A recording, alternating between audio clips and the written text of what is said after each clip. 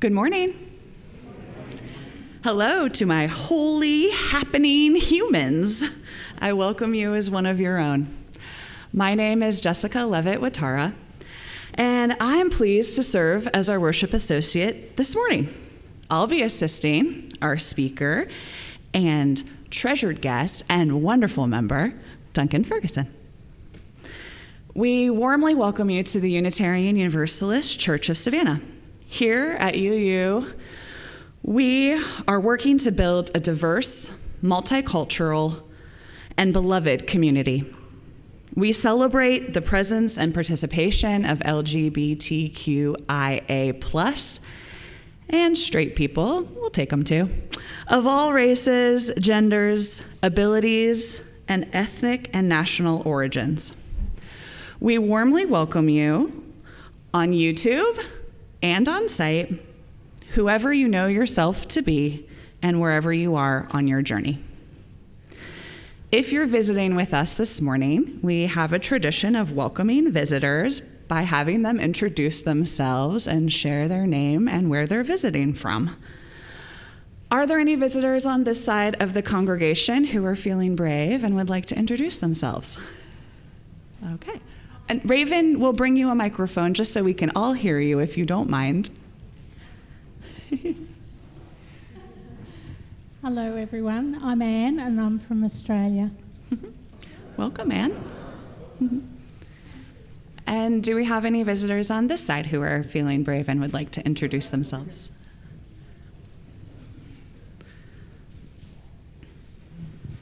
Hi, I'm Trish. And I'm Eli. And we're here from Isla Hope, but we're visiting. Welcome.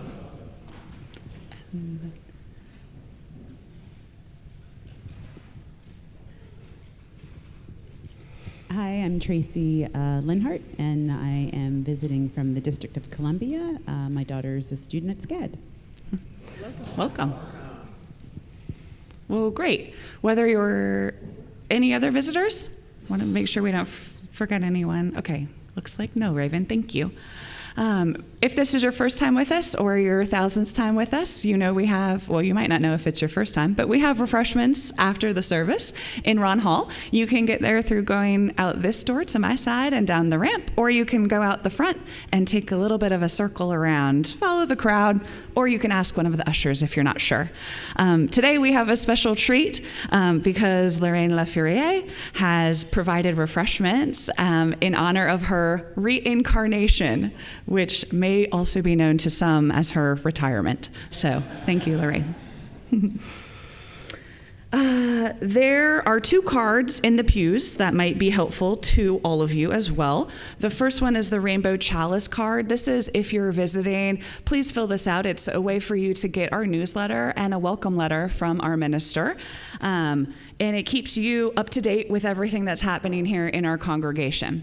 The other card is the heart with the chalice inside of it. This is our joys and sorrows card. If you have a joy or a sorrow that you'd like to be either read aloud today in the service or shared with our pastoral care team, you can fill this out and then pop that in the offering plate later in the service. Also today, just so everyone knows, Megan is unfortunately home sick, but we're in capable hands for RE with Luke Higgins. So just so everyone knows, Luke will be taking the kids to RE today. Church announcements are emailed to members and friends on Tuesdays and Fridays, so you can always check your email for everything that's happening or for more details about the following. First, from Kevin and our green team, he's inviting everyone to join the Georgia Interfaith Power and Light Coastal Green Team Summit. Now, if that doesn't sound official, right? It's going to be Saturday, September 21st at the First Presbyterian Church in Savannah. The Green Team Summit is actually a chance for all green teams from other faith communities to join together, hear about what they're doing, how they could support each other, and what kind of initiatives are available. It's going to be a day for learning and for fellowship, and he would invite everyone in the congregation, green team member or not, that to sign up and join them for the day of workshops. It's includes lunch and snacks. It's $25 for general admission and $10 if you're a student. Kevin's going to be in the back of the sanctuary if anyone has any questions about the summit or would like to attend, and he can direct you to the place to do that. Today, after the service, we have Miles Potsworth with us, and he's going to be conducting a session right here in the sanctuary all about how to use our church software, Realm. Raise of hands. Who knows how to use Realm? Oh, wow. Okay. That's why we have to have this workshop, guys. So please stick around after coffee time, and Miles will be sharing with all of us less tech-savvy people how to use Realm and use it to its full advantage. Also, from Aaron Peck from the Safety, Security, and Health Committee. Had to get all the right words in there. He's inviting everyone to attend the Counteractive Threat Training, which will be held at the JEA, and it's on this Wednesday, August 28th at 6 p.m. This is a training that's specifically for safety teams for different faith congregations and how to manage if there were an active threat. So again, important training. If you have any interest in learning more about that, you can see Aaron, or you can just show up at the JEA Wednesday at 6 p.m. Okay. With the lighting of our chalice, the symbol of our Unitarian Universalist faith, we enter into sacred time. Our chalice lighter this morning is Aaron Peck.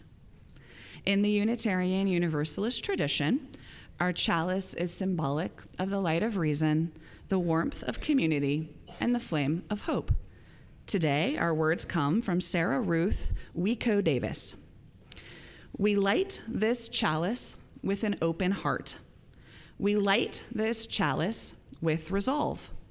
We light this chalice with tears still fresh on our cheeks. We light this chalice in hope, a tiny flame we nurture. We light this chalice with reverence for this place, for these people, for this time. We light this chalice with our soul's longing to be who we are, to be who we will become, to be ourselves. We light this chalice in self-love, in giving love, in holy love.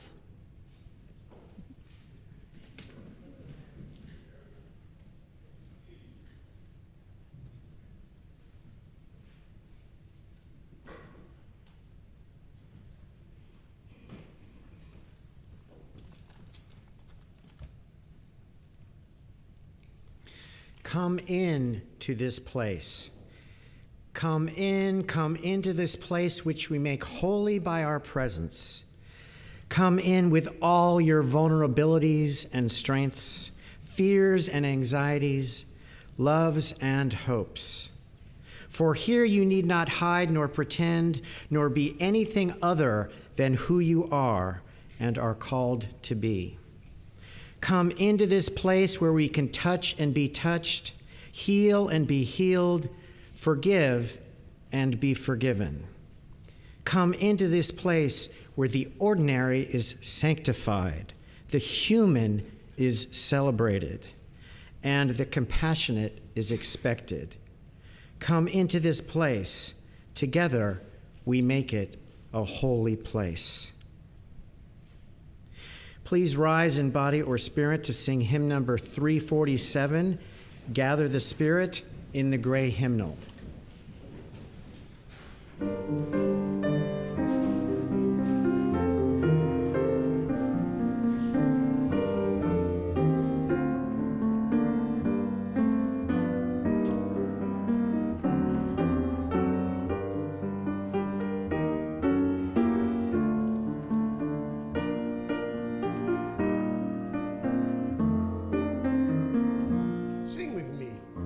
Gather the Spirit, are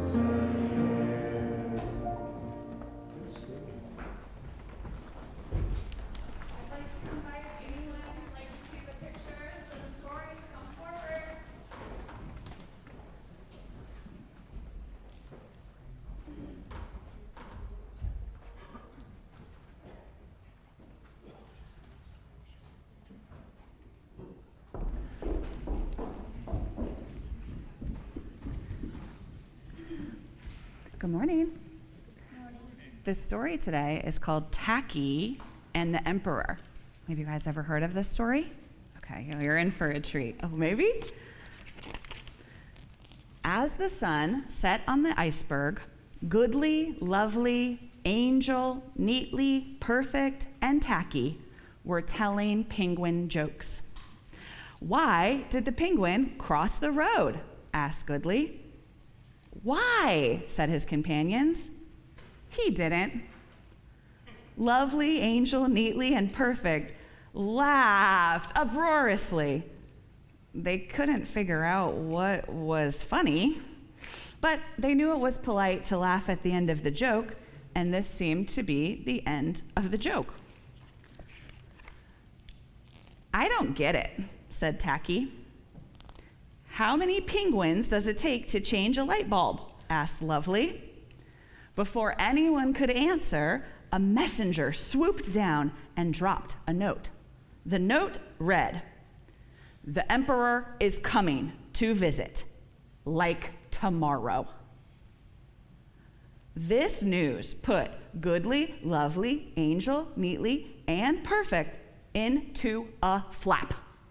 The Emperor, their leader, they must get ready to be able to welcome him properly. So all through the night, they twitted about. Goodly, Lovely, and Angel made piles of fish-flavored cupcakes, mounds of fish-flavored ice cream, and gallons of fish-flavored punch. Neatly decorated a throne with ribbons and sparkly stars. Perfect practiced a perfect dance for the Emperor's entertainment. And Tacky was in charge of balloons. As the sun rose, he blew up the last one. Ooh, I'll make this one the biggest of them all, he thought. So he huffed, and he puffed, and he rose, and the next thing he knew, pop, clink, he had crashed at the back of a very large block of ice. Unknown to Tacky, this impressive block of ice was the Emperor's palace. The Emperor had been in an especially grumpy mood, for it was hard work being an emperor. Visits, he grumbled. What a bore. Dressing up in that uncomfortable visiting costume day in and day out. I suppose they'll have the usual fish-flavored refreshments and silly decorations and dull entertainment. And then he thought, perhaps a little swim will refresh me. So he shed his boss hat and his royal bathrobe and his curly twinkle toe shoes and waded into the royal swimming pool. Ooh, looky here, exclaimed Tacky when he noticed the dazzling pile of clothes. Someone has thrown out a snazzy costume. Chuckling with excitement, he put on the boss hat and the royal bathrobe and the curly twinkle toe shoes. Ta-da, he chirped. Am I ready to meet the Emperor or what? And with that, he wobbled home. Oh boy. As Tacky approached Goodly, Lovely, Angel, Neatly, and Perfect in his nifty outfit, they whispered, "Shh, here he comes, here he comes." And they fell to their bellies, being unable to fall to their knees because penguins don't have knees. "Oh, your highness, welcome to our humble burg. Welcome, welcome." Well, thought Tacky, what a nice greeting. He couldn't remember being received by his companions with such a fuss. "Oh, Your Highness," they cried, "please honor us by sitting on the ribbony, sparkly throne." "Well, thanks," said Tacky. "Don't mind if I do." He wrapped several decorative ribbons around his middle, popped some balloons with his beak, and played frisbee with the sparkly stars. His companions' beaks dropped open at this surprising behavior, but of course they said nothing. After all, this was the emperor. Then they encouraged him. "Please, please, Your Highness, enjoy some delicious fish-flavored refreshments." "Oh, don't mind if I do," said Tacky, as he dived in and enjoyed everything, right down to the last slurp. Goodly looked at Lovely, who looked at Angel, who looked at Neatly, who looked at Perfect, who looked at the empty bowls, plates, and pitchers. My, this was a hungry fellow. Rounder than they had expected, too, and certainly rounder than he'd been minutes before. But this was the emperor. And according to their careful schedule, it was entertainment time. "Please, please, please, Your Highness, sit back, relax, and enjoy the perfect dance Perfect will perform for you." "Well, don't mind if I do," said Tacky.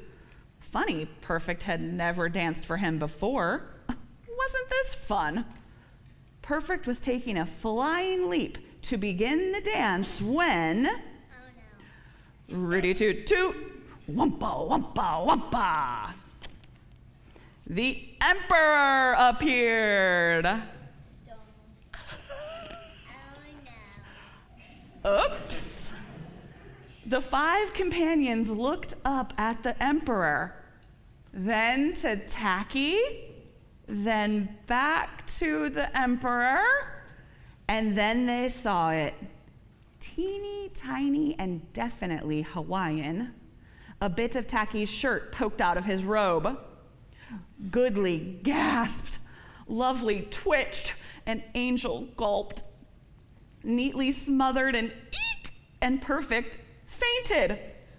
This was not the emperor, and now they realized what was happening, or had happened. "What's happening?" greeted Tacky, who'd been having such fun he only now remembered that the emperor was coming. When the emperor said nothing except "nice outfit," Tacky thought, the emperor has no clothes. But this must be the big fella. Yep, let's see it. No decorations? Nope. No food? Nope. Someone's over. Yep, I guess I'm on. Tacky quickly made a snowball cone and offered it to the emperor. Said the emperor. No fish. Tacky then gathered a few unpopped balloons and made a lovely decorative hat. Very comfortable, said the emperor. And for a grand finale, Tacky did a hippity-floppity dance and sang his favorite song. How many toes does a fish have, I wonder? Yep, I wonder. And how many wings on a cow? Wow, I wonder. Yep, I wonder. The emperor broke into a belly laugh, clapped his flippers, and rolled to the ground. This was the funniest entertainment he'd seen in years. And he didn't have to admire boring decorations, eat fish-flavored food, or wear his uncomfortable visiting costume.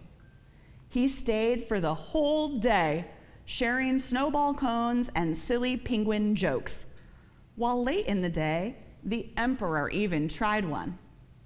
How many penguins does it take to change a light bulb? He asked. How many, begged the penguins. To get to the other side, howled the emperor, and everybody had a huge laugh. I don't get it, said Tacky. As the sun set, the emperor thanked the penguins for an outstanding day and told Tacky to keep the nifty costume. "You're a prince among penguins," he said. As the emperor waddled away, goodly, lovely, angel, neatly, and perfect, hugged Prince Tacky. Tacky was an odd bird, but a nice bird to have around. Now, this is your story to wonder about and share. Let's see what children have.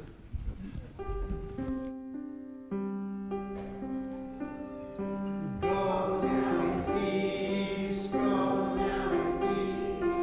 May the love of God surround you everywhere, everywhere you may go.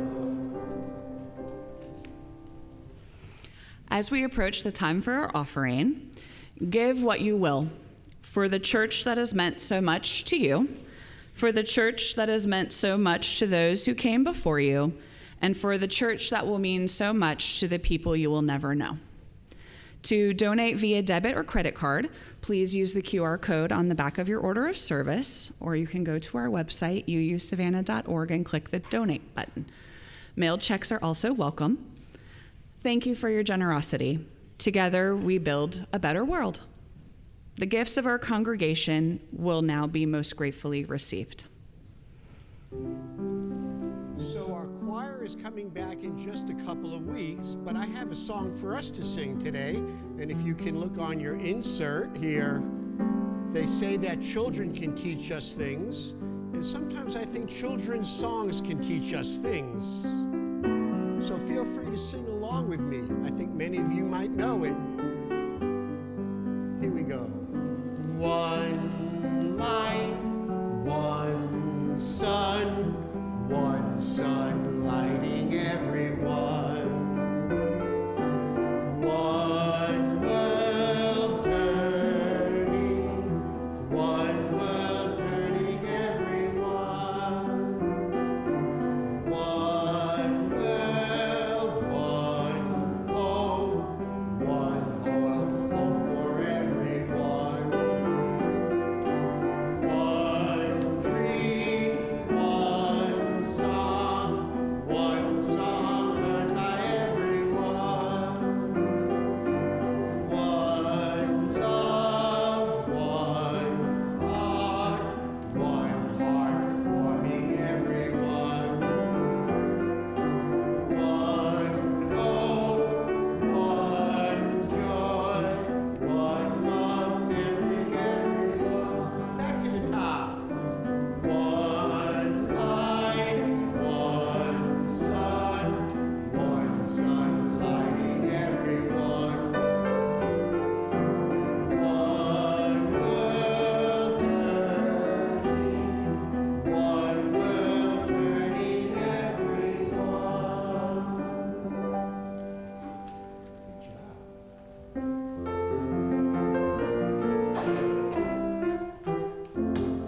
From you I receive, from you I give.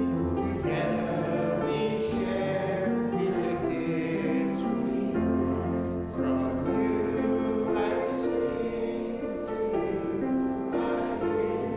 Together we share, and from this we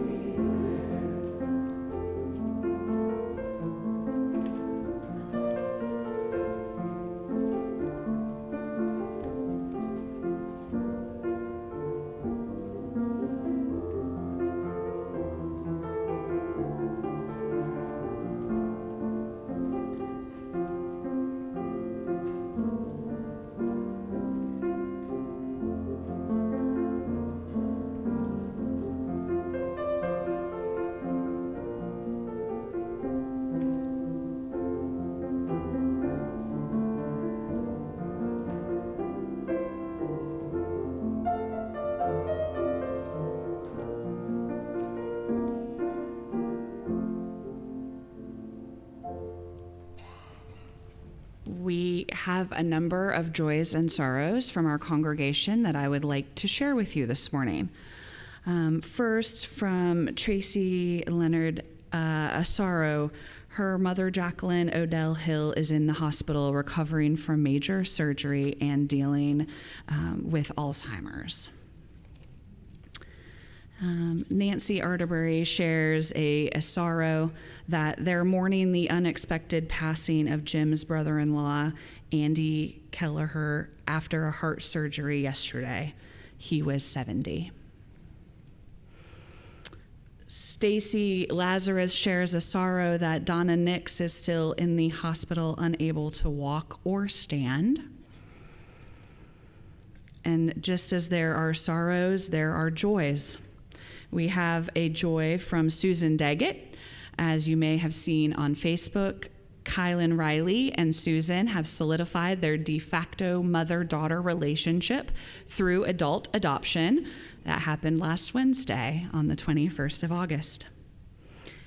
From David, a joy. It was a joy to see Raven yesterday on her birthday.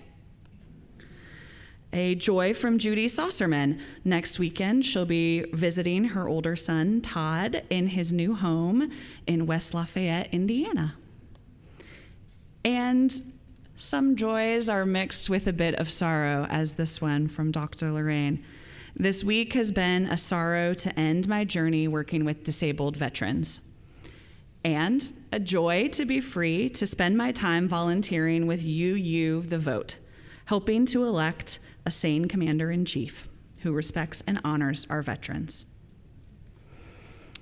Let us hold all our joys and sorrows, spoken and unspoken, in our hearts as we join together in our responsive reading printed in your order of service. Sorrow is everywhere. As we mourn together, so we celebrate together and offer thanks, so may it be now and in all the days to come.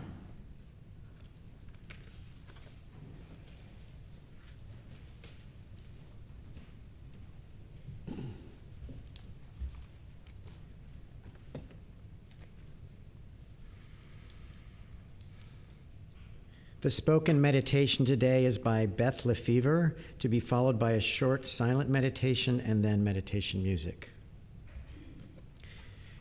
We are whole. We are whole even in the broken places, even where it hurts.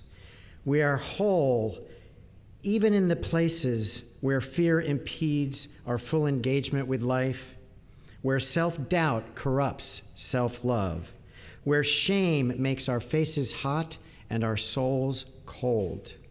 We are whole even in those places where perfectionism blunts the joy of full immersion into person, place, and activity. Where good enough does not reside except in our silent longings, where our gaps must be fast filled with substance, accomplishment, frenzied activity, lest they gape open and disgust. We are whole where we would doubt our own goodness, richness, fullness, and depth, where we would doubt our own significance, our own profoundness. We are whole even in our fragility, even where we feel fragmented, alone, insubstantial, insufficient. We are whole even as we are in process, even as we stumble, even as we pick ourselves back up again. We are whole.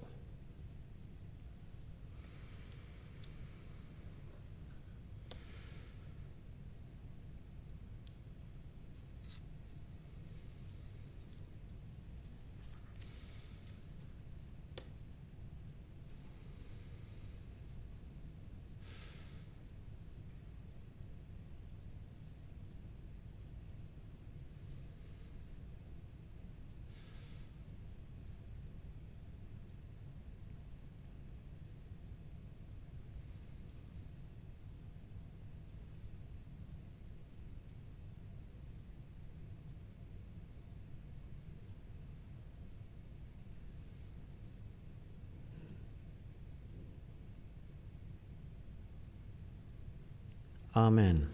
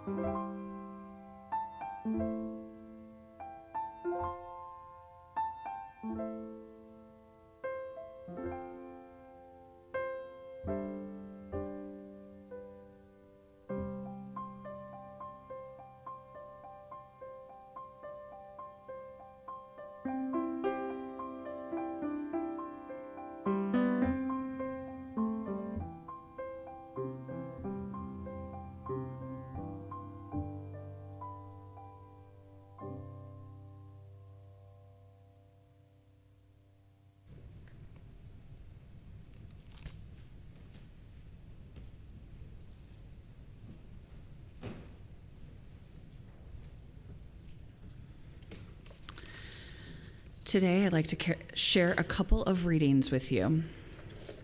One, our first is a quote from Marianne Williamson. Our deepest fear is not that we are inadequate. Our deepest fear is that we are powerful beyond measure. It is our light, not our darkness, that frightens us. We must ask ourselves, who am I to be brilliant, gorgeous, talented, fabulous? Actually, who are you not to be? You are a child of God. Your playing small does not serve the world. There is nothing enlightened about shrinking so that other people won't feel insecure around you. We are all meant to shine as children do. We were born to make manifest the glory of God that is within us. It is not just in some of us, it's in everyone. And as we let our own light shine, we unconsciously give other people permission to do the same. As we are liberated from our own fear, our presence automatically liberates others. The second reading is a poem called Tired from Irene Sippos. Sitting across the aisle on the B train, I look at the row of weary faces, various shapes, sizes, colors, ages, a horizontal explication of what it means to have woken many mornings to brave routine, to leave concerns at home along with the scattered laundry and unwashed dishes, to head for same at work. I picture each of you one at a time. I try to observe you without being noticed. And suddenly I see soft, round faces, no creases in foreheads, no wrinkles like parentheses around the eyes, no downturned mouths, no slumped shoulders. I see the plump babies you once were. And with that, a rush of hoping that you were affectionately held on generous laps, that you were sung tender songs, and that you were offered a bowl of blueberries as initiation to the messy pleasures of this world. I hope that occasionally you reach back, even if only briefly, to recall your beginning self as a visitor, new to the planet, unencumbered and dear.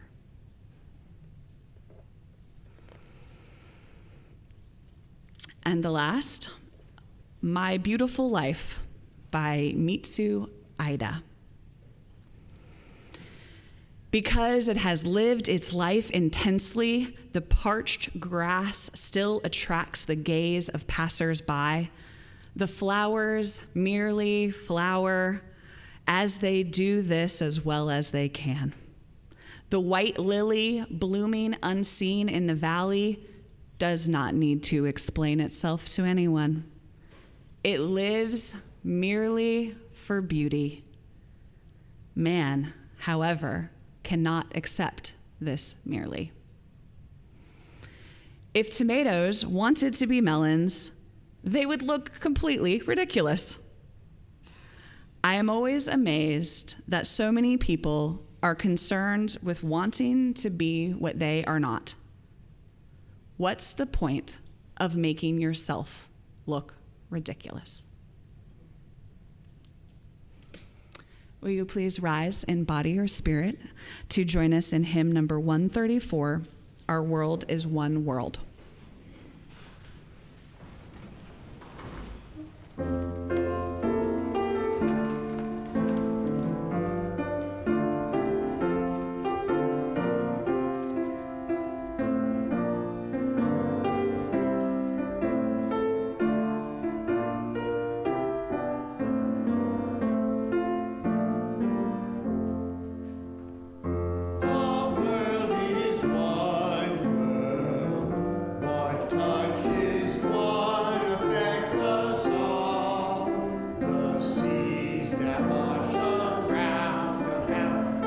clouds that cover us, the rains that fall. Our world is one world. The thoughts we think affect us all. The seas we build our attitudes with love or hate we make. A bridge for all. Our world is one world. As waves of wealth affect us all. The seas we send, we wave, we share. What are the rich or poor? Who stands or falls? Our world is one world, just like a ship that bears us all. Where fear we bring, make many hopes, but where our hearts can hear a different call.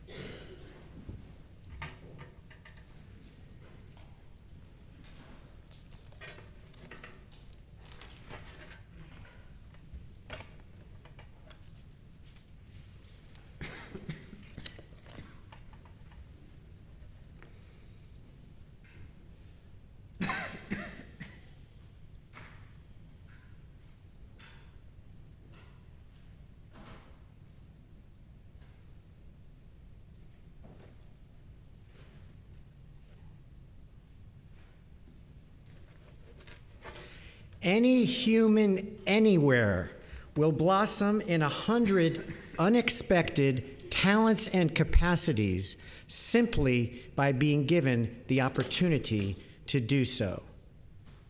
Doris Lessing. Is this true?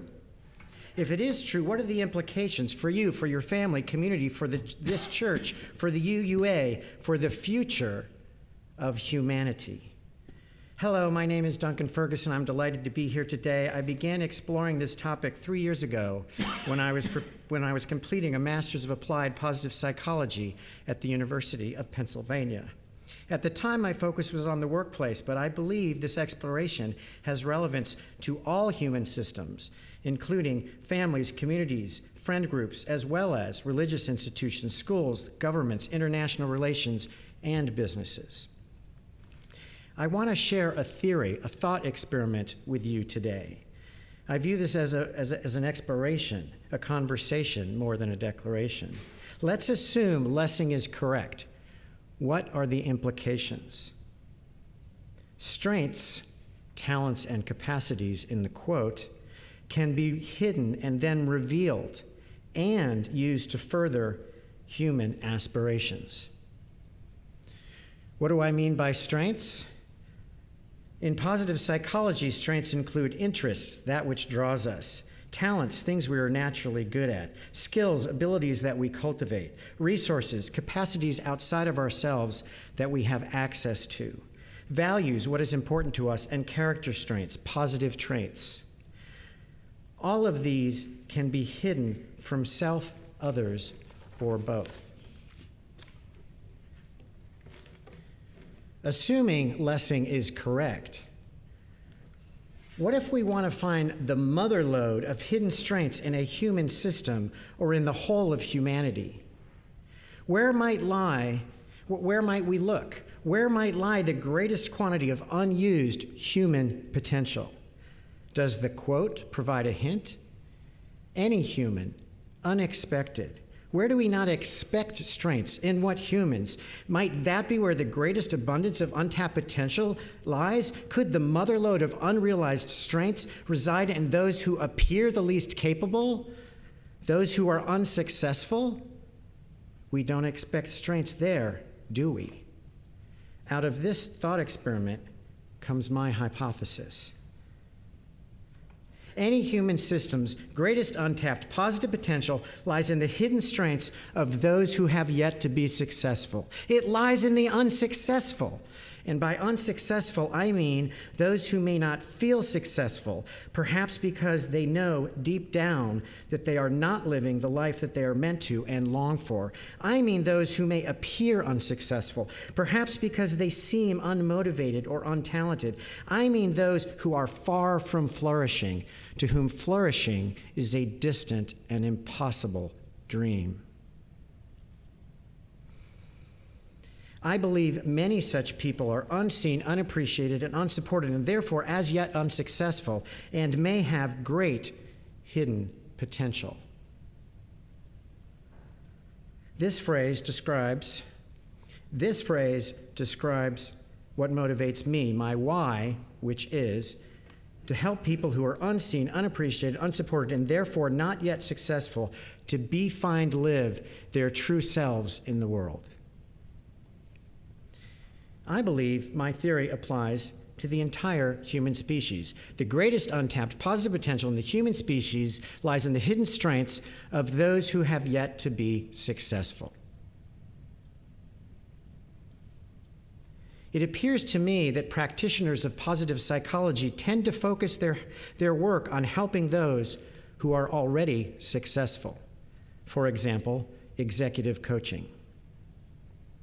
I believe that because of this country's hero worship culture, which idolizes specific individuals, we tend to focus, because of it, we tend to focus on the apparently successful and to ignore, not support, and even undermine those we deem unsuccessful. I submit that by seeing, acknowledging, and supporting primarily those who are already successful, we're missing the mother lode. We are missing the greatest untapped positive potential in the human species, the hidden strengths of those who have yet to be successful. How might we best uncover and use those strengths, i.e., what constitutes the opportunity to blossom in the workplace? I propose 6 factors: mattering, psychological safety, the Pygmalion effect, whole systems thinking, leveraging difference, and whole systems engagement. We start with factor 1, mattering. Mattering is the experience of being valued and of adding value, both in a group context. Have you experienced this, knowing that you are valued by others in the group and knowing that what you contribute is of value? Might mattering motivate people to uncover and use their best strengths? Studies show that when people feel that they matter at work, they tend to be engaged, motivated, and may be more aware of and make more use of their skills. That is a big deal. This is exactly what we are talking about. When you feel that you matter, are you motivated to dig deep into your strengths, perhaps discovering new ones, unexpected talents and capacities? Factor 2, psychological safety, the sense that one can take interpersonal risks at work safely, may provide a supportive environment for uncovering and using strengths. With psychological safety, people feel safe, even encouraged to be creative, try new things, state honest opinions, experiment, even fail, and be supported for trying something new. Might psychological safety support the blossoming of unexpected talents and capacities? I would argue yes. Studies have shown that psychological safety at work is positively related to engagement, task performance, information sharing, creativity, and learning behavior. These may support or indicate that psychological safety supports the discovery and use of strengths. When you experience psychological safety, do you feel supported to experiment, to try new things, perhaps discovering new strengths? Factor 3, the Pygmalion effect. How might a superior help people to blossom into using their best strengths? Studies have shown that a superior's positive expectation of a subordinate can result in subconscious supportive behaviors which improve an individual's belief in themselves and how effectively they use their strengths. Studies have shown that a supervisor's high level of confidence and expectation leads to treating the employee well. The employee expects more of themselves. They work smarter and try harder. This leads to improved work results, higher employee and supervisor confidence in the employee, and the cycle continues. Per Eden 1992, the Pygmalion effect can help, quote, mobilize internal resources, knowledge, skill, ability, resolve, patience, and stamina for peak performance, end quote. Might the Pygmalion effect support the blossoming of unexpected talents and capacities? If you are motivated by the confidence of a superior, might you as a result blossom into strengths you have not used before? Might others?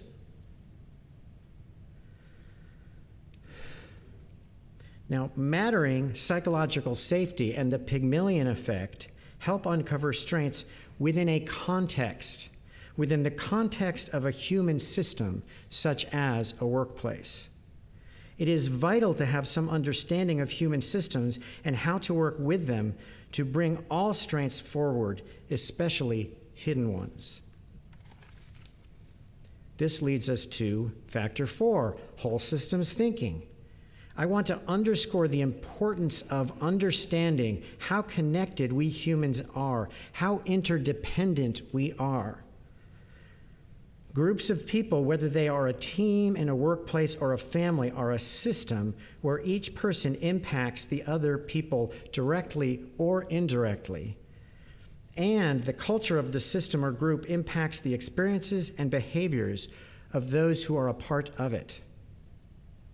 I submit that understanding this is key to the uncovering and use of strengths toward the realization of positive collective futures. Systems-informed positive psychology provides a theoretical framework for understanding the nature and reality of human connectedness within human systems. It calls for systems-based strategies to co-create, quote, previously unimagined positive futures, end quote. This likely supports and even requires the blossoming of unexpected talents and capacities. Previously unimagined, unexpected talents and capacities.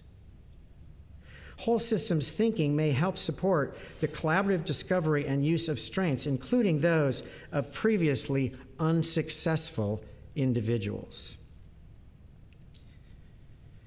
Organizational and relationship systems coaching theory states that every voice is a voice of the system. Every voice must be heard, especially marginalized voices, where hidden strengths may lie in abundance waiting to blossom. How do we do that? By bringing all voices into the room so everyone can speak and hear all other voices so that everyone has an impact. All strengths are leveraged toward co-creating positive collective futures, which, by definition, benefit us all.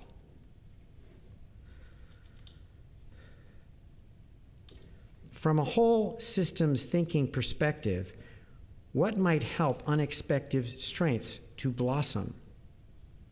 Marginalization obscures strengths. We all know that marginalization can occur due to difference. Strengths lie hidden in difference. How might we uncover and leverage those strengths? Conceived of by Martin Davidson of the University of Virginia, leveraging difference involves uncovering strengths inherent in difference and using them strategically towards organizational goals and aspirations. Per Davidson, if organizations infuse their culture with the discovery and use of the myriad of strengths in their stakeholder pools, strengths born of differences, the benefits to the organization and the individual may prove remarkable. Leveraging difference involves seeing differences and how they may be strategically relevant to the organization, understanding differences and the experiences of those exhibiting a difference.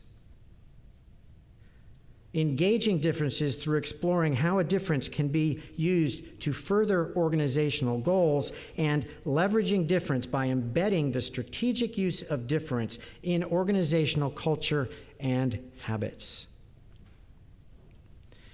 Relevant differences include culture, race, gender, ability, nationality, religion, sexual orientation and identity, skill sets, experience, inherent talents, values, and much more. As Martin Davidson says, we all have a lot of difference.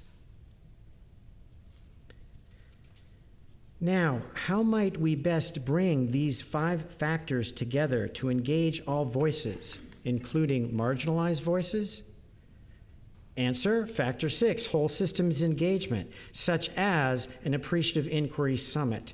Appreciative inquiry is an organizational change theory and methodology that can bring all voices into one room to effectively and powerfully co-plan and co-create positive collective futures. Effective participatory and intentional engagement with the whole system, as exemplified by an appreciative inquiry summit, asks for, provides the best opportunity for, and can effectively motivate the discovery and engagement of the strengths of all stakeholders, including those who have yet to be successful. It does this by bringing everyone into one room, engaging the entire system to hear all voices and uncover and use all relevant strengths. And in so doing, creates, supports, and is beautifully compatible with the other 5 factors. An appreciative inquiry summit creates a dynamic and supportive atmosphere of wild idea generating and open creativity where every voice matters. Psychological safety is generated. The Pygmalion effect is present. You were invited because the CEO has confidence in you. It supports whole systems thinking by providing a direct experience of same and is compatible with leveraging difference. Appreciative inquiry intentionally seeks out different strengths, endeavors to understand their value, engage them collectively to generate preferred futures, and change the organizational culture to continuously do so. This mirrors the steps of leveraging difference. Per David Cooperrider, the father of appreciative inquiry, quote, "The experience of wholeness brings out the best in human beings perhaps more powerfully and effectively than anything else," end quote. And who has more best that has yet to be brought out than those who have yet to be successful? Now, how does all this relate to you, to me, to us? Remember my why? To help people who are unseen, unappreciated, unsupported, and therefore not yet successful to be, find, live their true selves in the world. Might such people simply not have had the opportunity to use or even be aware of their own true strengths? My hypothesis is yes. I have experienced this, and I've seen it my whole life and others. Have you experienced being unseen, unappreciated, unsupported, and therefore flourishing is a distant and impossible dream? Have you known others who suffer from this? Haven't we all experienced this to some degree sometime in our lives? This is real. People really suffer from not being seen and appreciated for who they are and what they have to offer. Among other things, this can drive people into careers for which they are a poor fit, which they end up hating and feel stuck in. What might help? Might these 6 factors help? I submit yes. Can we, can I, can you help provide a little more psychological safety? A bit more of a sense of mattering? Some encouragement, especially as a superior, a parent, a boss, a teacher, to someone who may be suffering from this? Can we create more experiences of whole systems working together, uplifting yet unsuccessful people within a context that uplifts us all? Can we thereby uncover 100 unexpected talents and capacities and utilize them to co-create previously unimagined positive futures? I say, yes, we can. Thank you.